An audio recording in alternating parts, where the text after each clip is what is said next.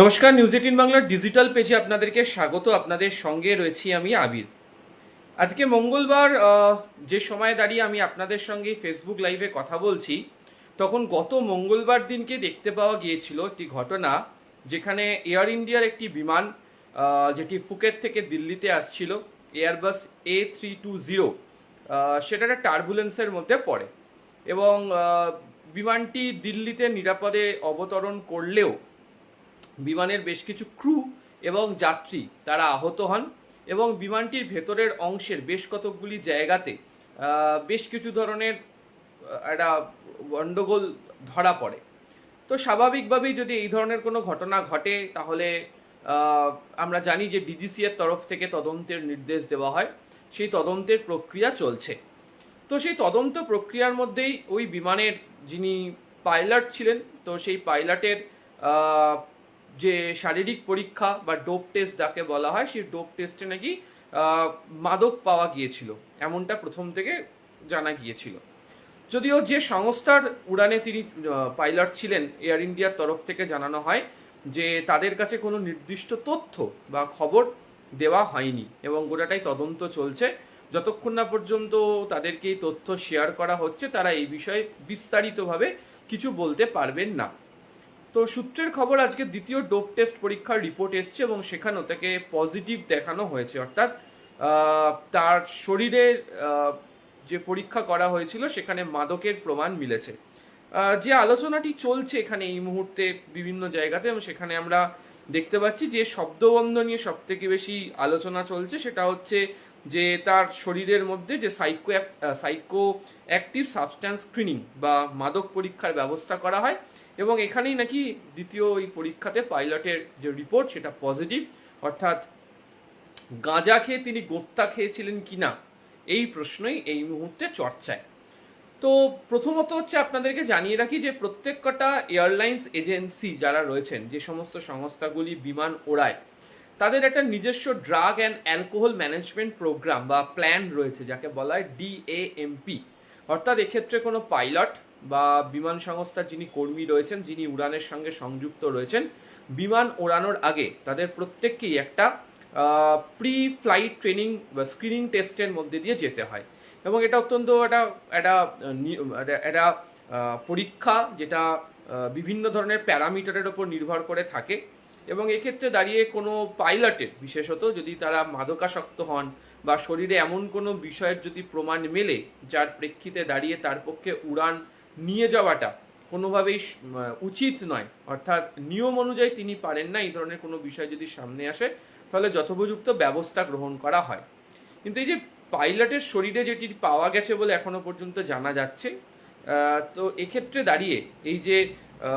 Drug and alcohol management plan বা এই airlines এজেন্সিগুলো যে ডাম্প থাকে, এই প্রি ফ্লাইট স্ক্রিনিং টেস্ট, সেটা কি কোনোভাবে ম্যানিপুলেট করা হয়েছিল, নাকি যে ধরনের টেস্ট হয়েছে বা যে যে টেস্ট করানোর জায়গা সেখানেই কোথাও কোনো ধরনের গাফিলতি থেকে গিয়েছিল, এটাই এই মুহূর্তে চর্চার মধ্যে চলে এসছে। আমরা একাধিক পাইলটের সঙ্গে যে কথা বলেছি, পাইলটদের বক্তব্য হচ্ছে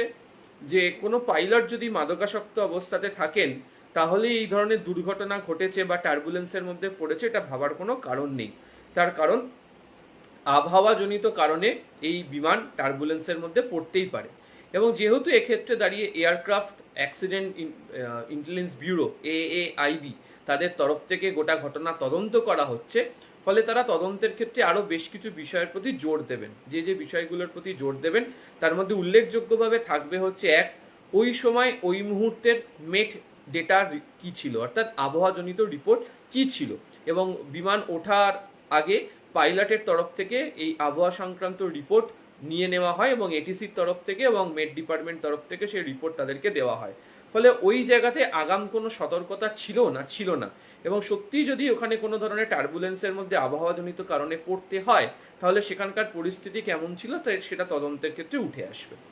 দ্বিতীয়ত হচ্ছে,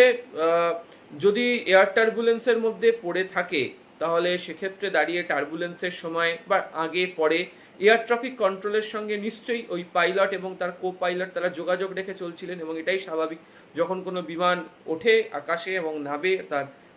টেক অফ এবং ল্যান্ডিং দুটোর সময়তেই আমরা জানি যে এয়ার ট্রাফিক কন্ট্রোল এবং মাঝ আকাশেও সারাক্ষণ এয়ার ট্রাফিক কন্ট্রোলের সঙ্গে তাদের যোগাযোগ থাকে। ফলে এয়ার ট্রাফিক কন্ট্রোলের সঙ্গে তাদের যোগাযোগ এমনকি তারা নিজেরাও ককপিটের মধ্যে বসে কি আলোচনা করছিলেন তা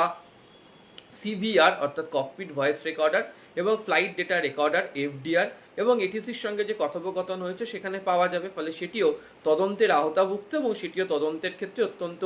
গুরুতর একটি বিষয়, সেটাও তদন্ত করে দেখা হচ্ছে। এর সঙ্গে সঙ্গে যে বিষয়গুলো এর মধ্যে যুক্ত হয়েছে সেটা হচ্ছে যে এই পাইলট যদি প্রথমবার এই ধরনের কোনো অপরাধ করে থাকেন, যে নিশ্চিতভাবে তিনি এই মাদকের সঙ্গে জড়িত এবং সে কারণেই টার্বুলেন্সে পড়লেও সেদিনকে তিনি নিয়ন্ত্রণ রাখতে পারেননি,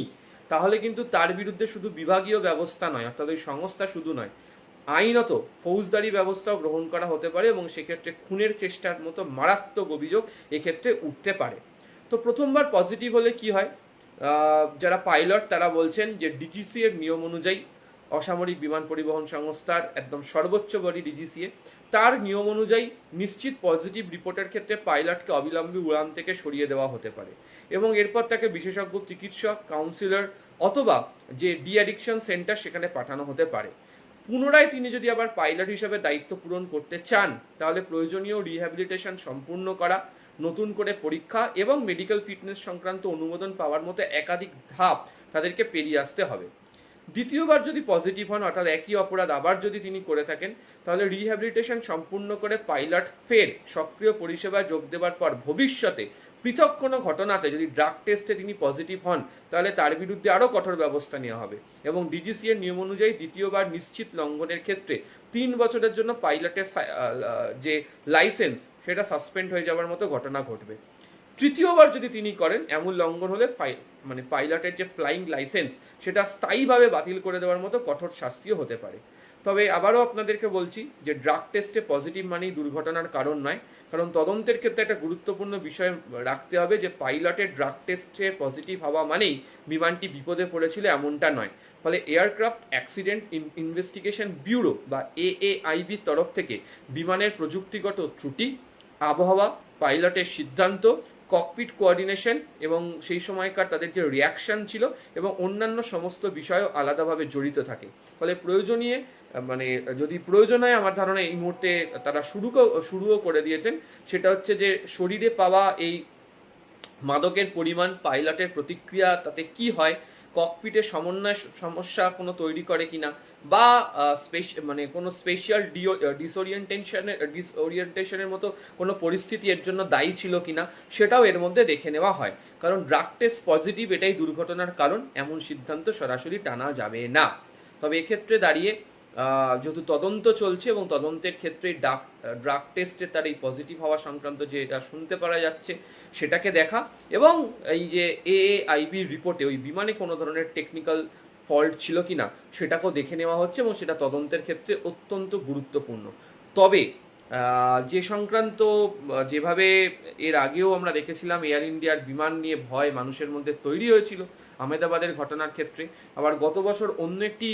বেসরকারি বিমান সংস্থা, আপনারা জানেন যে জম্মু কাশ্মীরের আকাশে ভয়ঙ্কর বিপদের মধ্যে পড়ে এবং ওই বিমানের যে নোজ সেটা সম্পূর্ণভাবে ক্ষতিগ্রস্ত হয়েছিল। ফলে এই ধরনের ঘটনায় এয়ার টার্বুলেন্সের মধ্যে পড়লে যে ক্ষতি হয় না এমনটা নয়, কিন্তু পাইলট নিয়ে এর আগে এই ধরনের অভিযোগ ওঠেনি। ফলে এই পাইলটের যে মাদকাসক্ত হওয়ার যদি প্রমাণ সত্যি রিপোর্টের মধ্যে উঠে আসে তাহলে ভয়ঙ্কর শাস্তির মুখে তিনি পড়বেন, এমনটাই মত পাইলটদের একাংশে। আর অন্যান্য আপডেটের জন্য নজর রাখুন নিউজ 18 বাংলা ডিজিটাল পেজ। আপাতত ধন্যবাদ।